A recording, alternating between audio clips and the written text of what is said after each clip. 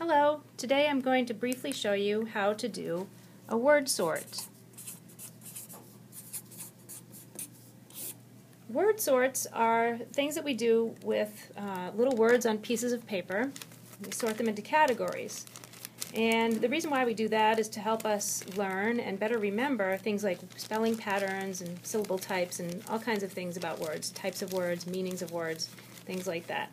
So as you can see, we have here a baggie full of words. And the first step in doing a word sort is to dump out the words. That's the most fun part, maybe.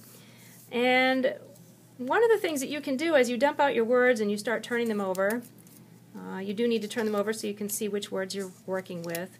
You might start to notice a pattern just based on what words you're seeing as you turn these words over and start to read them. In this case, I'm noticing that most of my words, if not all of them, seem to end in some type of suffix, like able, I-B-L-E, or able, A-B-L-E. And in fact, as I look at all of the words, I notice that I'm right, and my hunch was correct. I have found that all of these words end in one of those two suffixes.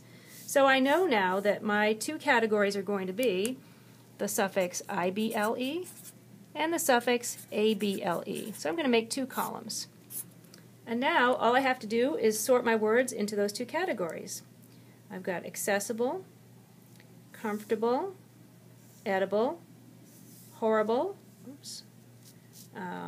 breakable, possible, predictable, dependable, divisible, responsible, terrible, and affordable. And I'm just going to check over my columns to make sure that all of my words match the heading at the top. These are all I-B-L-E, that's good, and these all end in A-B-L-E. Excellent. So now I've got my two columns of words, and with those columns, I'm going to copy those words into a grid in my binder, which I'll give to you in class.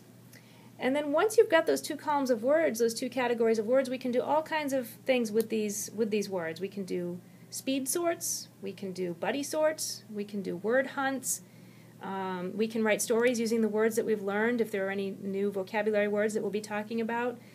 We can talk about word meanings and roots of words and all kinds of interesting things that have to do with the words. So that's the lesson on how to do word sorts, and I look forward to doing this with you in class.